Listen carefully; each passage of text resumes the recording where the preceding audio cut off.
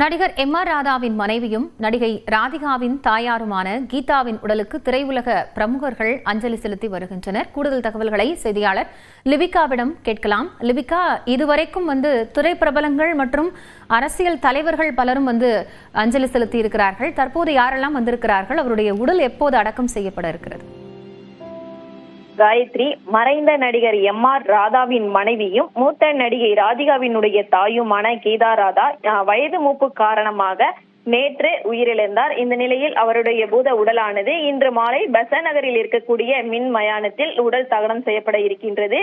அவருடைய உடலானது தற்போது சென்னை போயஸ் கார்டனில் இருக்கக்கூடிய அவருடைய இல்லத்தில் பொதுமக்களுடைய அஞ்சலிக்காக வைக்கப்பட்டிருக்கிறது. இந்த நிலையில் காலை முதலே பல்வேறு திரை பிரபலங்கள் மற்றும் அரசியல் கட்சி தலைவர்கள் நேரில் அஞ்சலி செலுத்தி வருகின்றனர். அந்த நிலையில் தமிழ்நாடு முதலமைச்சர் மு.க. ஸ்டாலின் மற்றும் துணை முதலமைச்சர் உதயநிதி ஸ்டாலின் ஆகியோர் நேரில் அஞ்சலி செலுத்தி ராதிகாவிற்கும் மற்றும் சரத்குமாருக்கும் ஆறுதல் தெரிவித்தனர். தொடர்ச்சியாக பல்வேறு அரசியல் கட்சி தலைவர்களும் நேரில் அஞ்சலி செலுத்தினர்.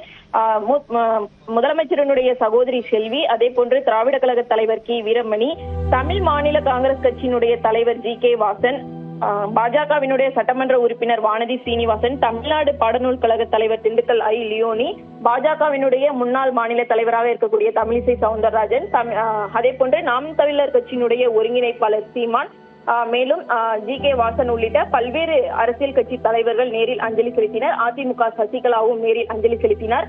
அதே போன்று நடிகர்கள் ராதா ரவி, பிரபு, நாசர், சிவகுமார், பாக்கியராஜ், நடிகை மீனா, சோபனா, சுகன்யா, நளினி உள்ளிட்ட பல்வேறு திரை பிரபலங்களும் நேரில் அஞ்சலி செலுத்தினர்.